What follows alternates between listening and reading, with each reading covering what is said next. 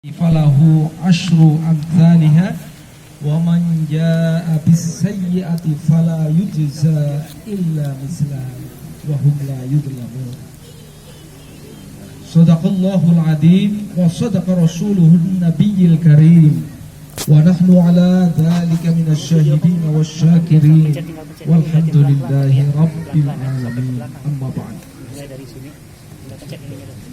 Yang kami hormati Bapak pengurus takmir Musola Lafali, Bapak pengurus RT 6,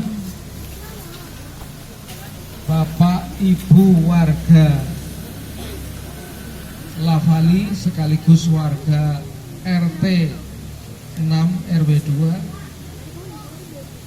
semua yang hadir dalam acara buka bersama ini, yang saya banggakan, insya Allah dibanggakan oleh Allah Subhanahu wa Ta'ala. Kita bersyukur kepada Allah Subhanahu wa Ta'ala bahwa pada sore hari ini, sembari kita menunggu buka bersama, kita dihadirkan pada majelis yang disebut Taman-Taman Sorga. Bapak Ibu masih di dunia tapi sudah berada di taman-taman surga. Loh, kok bisa? Suatu saat Rasulullah bersabda kepada para sahabatnya, jika engkau melampaui taman-taman surga, maka petiklah buahnya.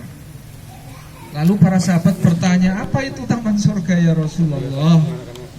Maka Rasulullah SAW menjawab, majelis ilmu, majelis dzikir adalah taman-taman surga. Jadi kita berada di majelis ilmu dan majelis dzikir, berarti kita sudah berada di taman-taman surga. Semakin sering Bapak Ibu menghadiri majelis ilmu, semakin sering menghadiri majelis-majelis dzikir ini, berarti Bapak Ibu semakin merasakan nikmatnya ketenangan, nikmatnya sakinah, nikmatnya maghfirah, ampunan Allah Subhanahu wa Ta'ala. Ya. Karena apabila kita berkumpul di satu tempat, di rumah daripada rumah-rumah Allah, ya, kita saling membacakan Al-Quran satu sama lain, maka Allah akan turunkan 4 perkara. Yang pertama yaitu wa ghasyiyatuhumur rahmah. Yang pertama, Allah Subhanahu wa Ta'ala akan berikan rahmatnya. Wa nazalat alaihimus sakinah. Yang kedua, Allah akan berikan hati yang tenang. Kemudian nama-nama kita dan nama bapak-bapak kita, Fulan bin Fulan, Fulanah binti Fulan, ya, itu dibangga-banggakan di hadapan majelis para malaikat, ya. Kemudian Allah mengampuni daripada dosa-dosa kita semua.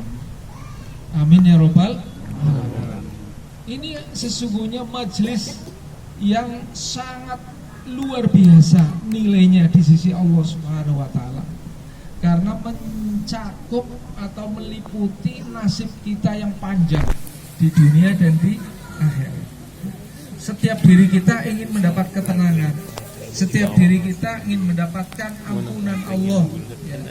Maka Allah sudah memberikan caranya. Rasulullah sudah memberikan tiba-tiba disuruh sama Abah melalui, yaitu kita sering berkumpul di majelis ilmu, ya.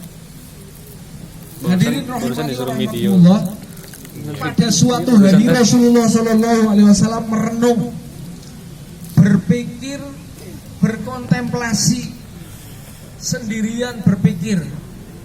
Apa yang dipikirkan? Yang dipikirkan adalah keselamatan, kemuliaan umatnya. Sampai satu hari Rasulullah SAW bersabda, ummati ummati as-shola as-shola an-nisa an-nisa, disebutkan berulang-ulang. Mengapa?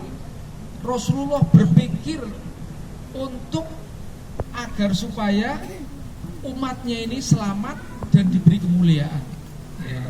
Ini pikiran keras daripada Rasulullah yang dilakukan setiap saat, setiap hari. Maka salah satu bentuk pikiran Rasulullah itu begini, umat saya itu kecil-kecil tubuhnya, pendek-pendek umurnya, dibanding umat-umat terdahulu. Zaman Nabi Adam itu umurnya ribuan tahun, zamannya Nabi Nuh ya umurnya sekitar 950 tahun, umurnya Nabi Musa sekitar 650 tahun. Pendek kata, umat-umat terdahulu, nabi-nabi terdahulu itu umurnya panjang-panjang. Tetapi umurnya umat Nabi Muhammad Sallallahu Alaihi Wasallam itu 60-70 tahun. Bagaimana umat yang umurnya pendek ini bisa selamat kalau dibandingkan dengan umat-umat terdahulu? Maka dalam pikiran Nabi kan amalnya belum banyak karena umurnya pendek gitu ya. Dibandingkan dengan umat-umat terdahulu yang umurnya panjang bisa beramal banyak gitu ya. Itu kekhawatiran yang ada dalam diri Nabi Muhammad Sallallahu Alaihi Wasallam karena sayangnya terhadap kita.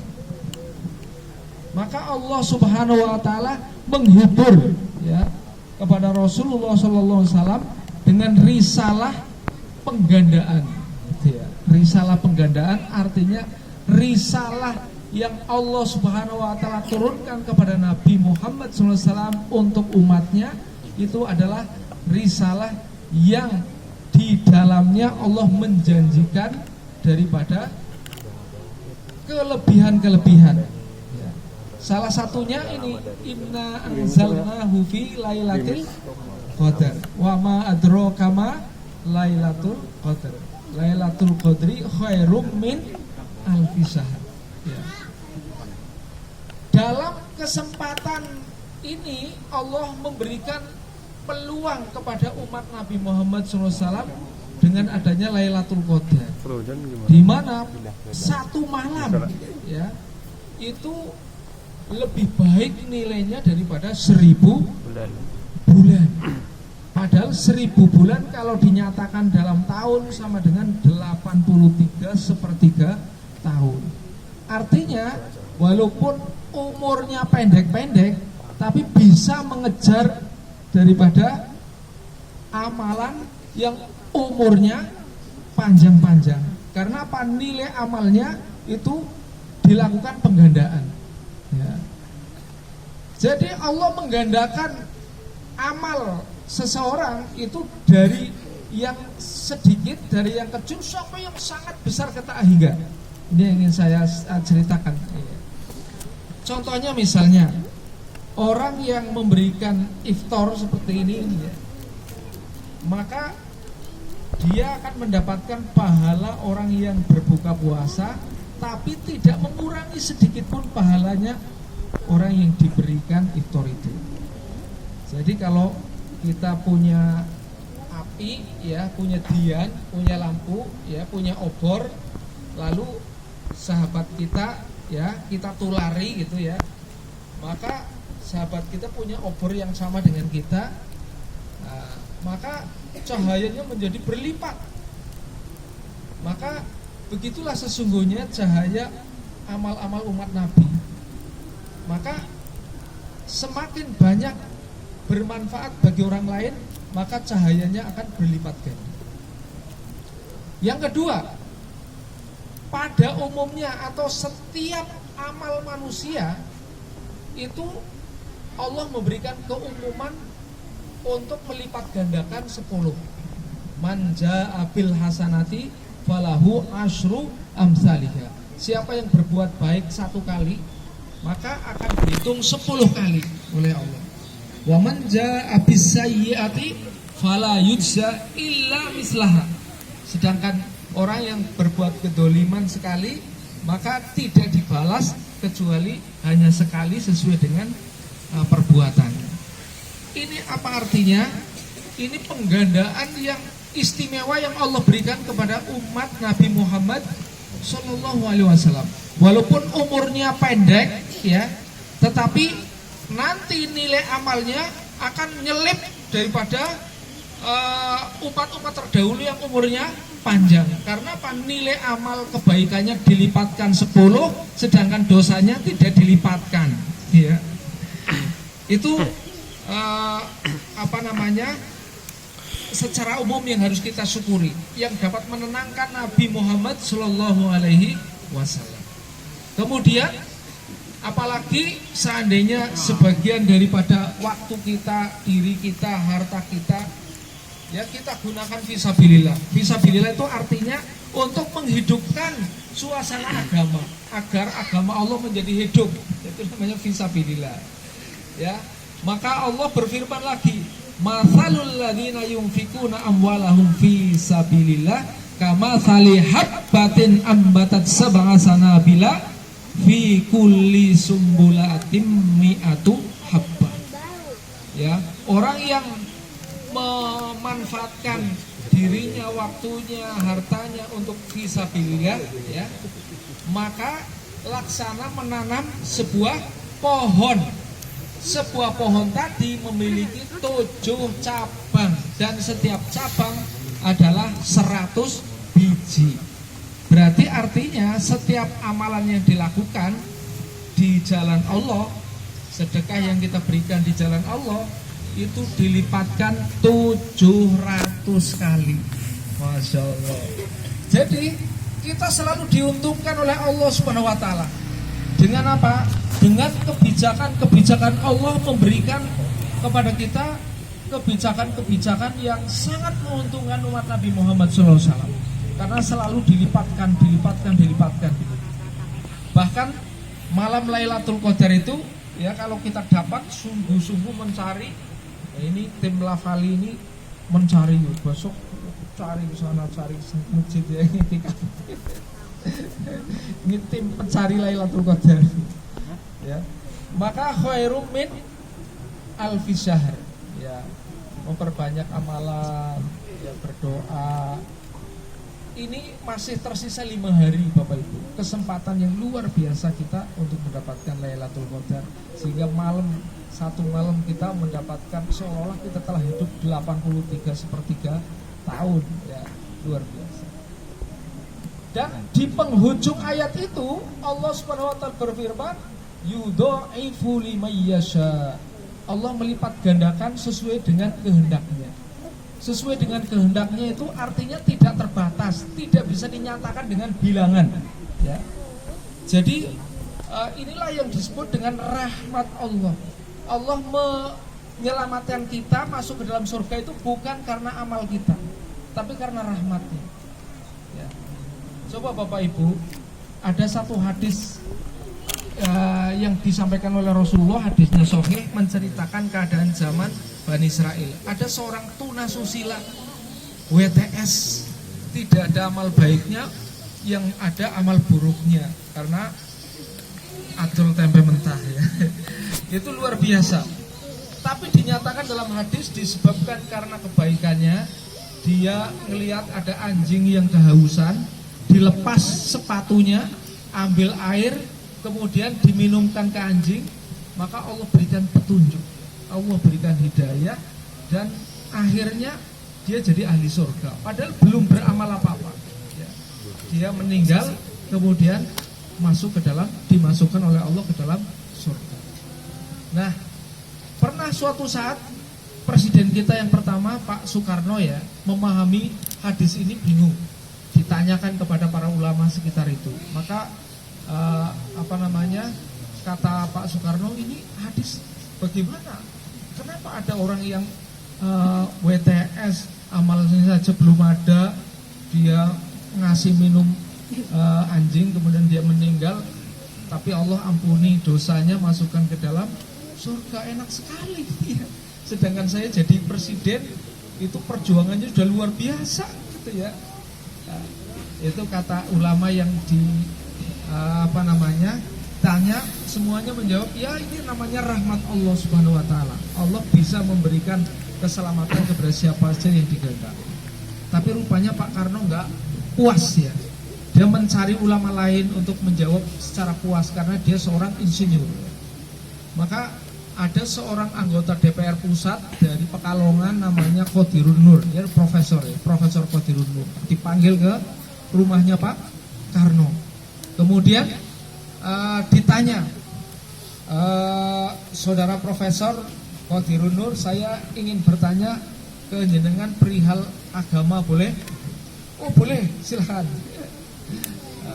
Saya akan tanya 2 pertanyaan. Pertanyaan pertama ringan, pertanyaan kedua berat. Oke, nggak apa-apa kalau saya bisa jawab. Ya, maka pertanyaan pertama, mana yang lebih tinggi derajatnya, jabatan seorang presiden atau nilai daripada surga? Profesor Qadirun Nur itu tersenyum. Kenapa Pak Presiden membandingkan antara jabatan presiden yang di dunia ini dengan surga yang Allah hanya sediakan kepada orang yang mukmin? Karena saya membaca hadis ini sekaligus pertanyaan kedua. Hadis ini benar apa enggak? Ini hadis ini menceritakan ada seorang tunasusila, ya. Dia belum punya kebaikan, dia punyanya dosa yang banyak. Kenapa hanya menolong anjing? Dia kasih air minum dari sepatunya, kemudian qadarullah dia meninggal, ya, diampuni dosanya oleh Allah Subhanahu wa taala, dimasukkan ke dalam surga. Kok seperti ini kelihatannya remeh-temeh ya? Padahal saya ini menjadi seorang presiden itu pengorbanannya bertahun-tahun. Mulai dibully, dicaci maki, mau dibunuh, dikejar, dibuang, macam-macam pengorbanan segala rupa. Kok ini pengorbanannya hanya minumi anjing kok bisa masuk surga? Gimana ini? Lebih tinggi mana derajatnya surga dengan presiden? Ya. Ini pertanyaan Insinyur Soekarno. Oke, kata Qadirun Nur, ya. Sekarang sediakan pulpen sama kertas untuk menjawabnya. Siap, kata Pak Karno, ya, disediakan kertas sama pulpen. Pertanyaannya, saya akan membuat pertanyaan yang menuntun jawaban. Jadi nanti Pak Presiden bisa menemukan jawaban sendiri dari pertanyaan saya. Ya, siap. Ya. Maka pertanyaan pertama, berapa 1 dibagi tak hingga? Tak hingga itu bilangan yang tidak bisa dinyatakan dengan angka, ya. Bilangan yang tak terbatas, besar sekali. Maka 1 bagi tak hingga itu 0. Langsung dijawab 0, gitu ya. Betul. Sekarang 1000 bagi tak hingga berapa? 0. Betul. Ya. Sekarang 1 juta bagi tak hingga berapa? 0. Ya. Sekarang 1 miliar bagi tak hingga berapa? 0. Baru mulai agak berpikir, gitu ya. Dia mulai agak berpikir. Kemudian pertanyaan tuntunan untuk menemukan jawabannya. Lalu dia berkata, apakah Allah tidak mampu untuk mengampuni dosa yang kecil? Mampu. Apakah Allah tidak mampu untuk mengampuni dosa yang agak besar? Mampu. Apakah tidak mampu Allah mengampuni dosa yang sangat besar? Mampu. Bagi Allah kecil, sama saja bagi Allah. Ini hadirin rahimani wa rahimakumullah.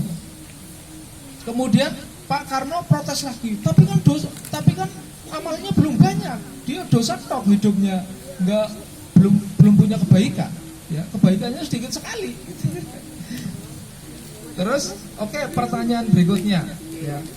Coba 1 dikalikan tak hingga berapa? Jawabnya tak hingga. Oke, betul. Sekarang 1000 kali tak hingga berapa? Tak hingga. Sekarang 1 juta kali tak hingga berapa? Ya tak hingga. 1 miliar kali tak hingga berapa? Ya tak hingga. Terus, apakah Allah tidak mampu melipat gandakan bilangan amal yang kecil menjadi besar? Allah mampu menggandakan amal yang kecil jadi besar, jadi agak besar, jadi sangat besar. Inilah yang disebut yudha'ifu liman yasha. Allah akan melipat gandakan sesuai dengan kehendak Allah Subhanahu wa taala. Itulah hadirin rahimani wa rahimakumullah, kita bersyukur kepada Allah Subhanahu wa taala karena kita menjadi umat Nabi Muhammad sallallahu alaihi wasallam. Supaya kita mendapatkan ampunan, mari kita segera untuk memperbaiki diri, bertobat ya, karena itu wanita tunasusila setelah memberikan ini kemudian dia dapat hidayah, bertobat sehingga seluruh dosanya diampuni oleh Allah Subhanahu wa taala, jadi ahli surga.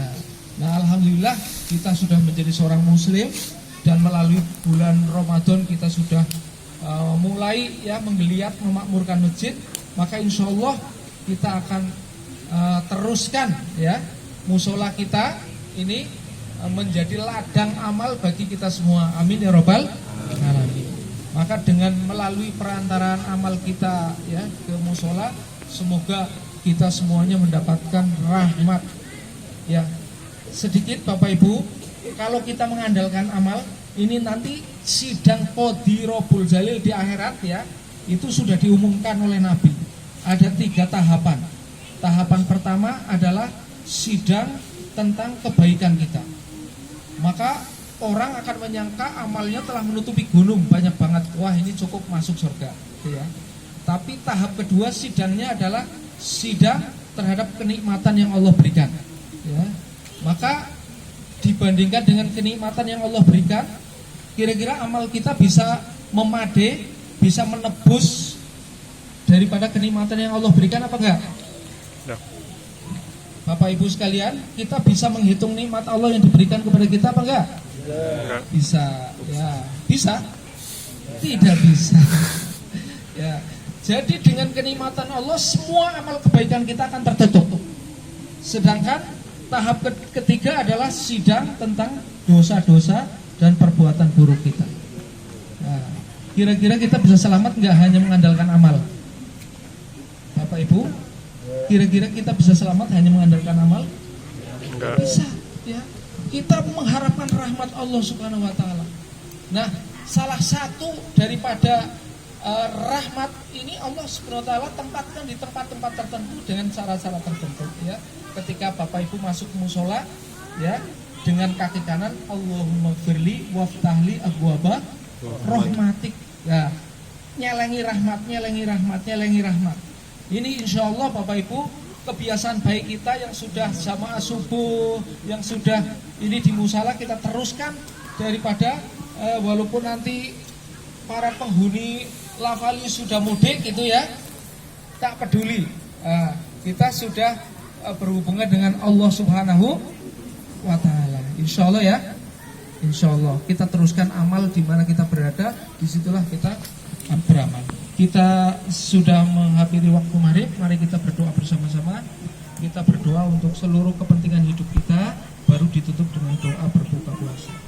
Asyhadu an la ilaha illallah wa asyhadu anna sayyidana Muhammadan abduhu wa rasuluh. Allahumma shalli wa sallim ala sayyidina Muhammad.